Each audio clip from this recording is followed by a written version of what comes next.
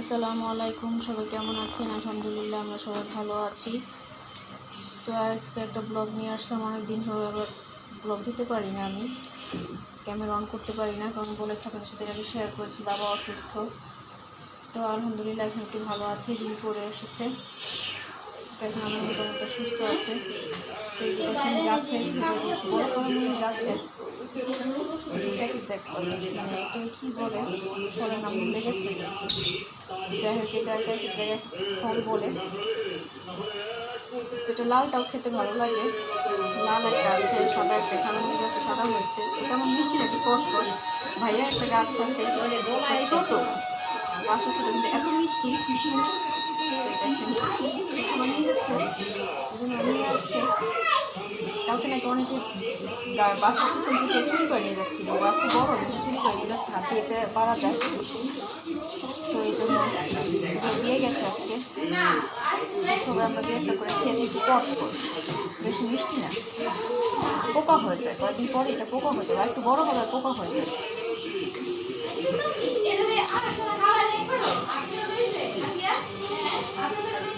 ভাবি বানাচ্ছে পিজা, আমার সাথে শেয়ার করি। পিজা বানাচ্ছে, এর মধ্যে কী কী দিয়েছো? চিনি, দুধ, লবণ, আটা, তেল আর টক দই। তো যে পিজার ডো তৈরি করছে,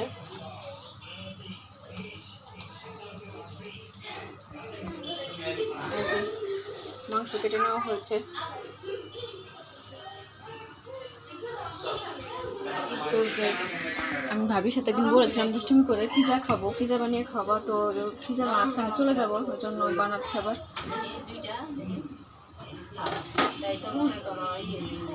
তা রান্না করা হয়েছে বিরিয়ানি মুরগি দিয়ে, এটা আমাদের জন্য রান্না করেছি, আর বাবার জন্য আমাদের রান্না করেছি একটু নরম করে। আর মুরগি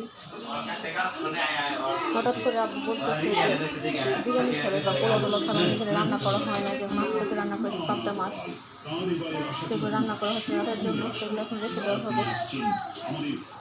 আমি খেতে চেয়েছি, রান্না করে দিই, একটু সাথে থাকে, সাথে শেয়ার করবো কীভাবে পিজা বানায়। একটু মাংসগুলো ভেজে নেওয়া হচ্ছে এখন পিজা।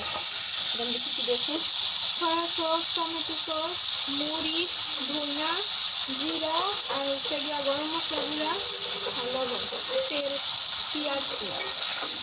এগুলো মাংসটা ভেজে নেওয়া হচ্ছে। আর দেখা খেতে বলতে কী অবস্থা হচ্ছে, যেটার মধ্যে টক দিয়ে ম্যারিনেট করে রাখা হচ্ছে।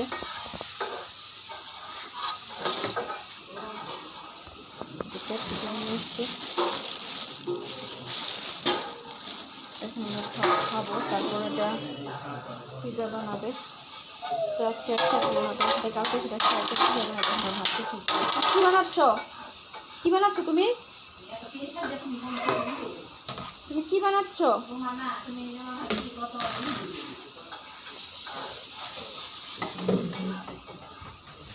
তো বাবাকে এখন ওষুধ দিলাম, খাবার শেষ করে ওষুধ দিয়েছে। দেখুন ভাসতে আর মেহমান আসলে মালটা কাটা হয়, নিয়ে আসছে ওরা, এখানে রাখা হয়েছে। তখন আমরা খাবার খাবো, তো আপনাদের সাথে পরে শেয়ার করবো কীভাবে বানায় এগুলো।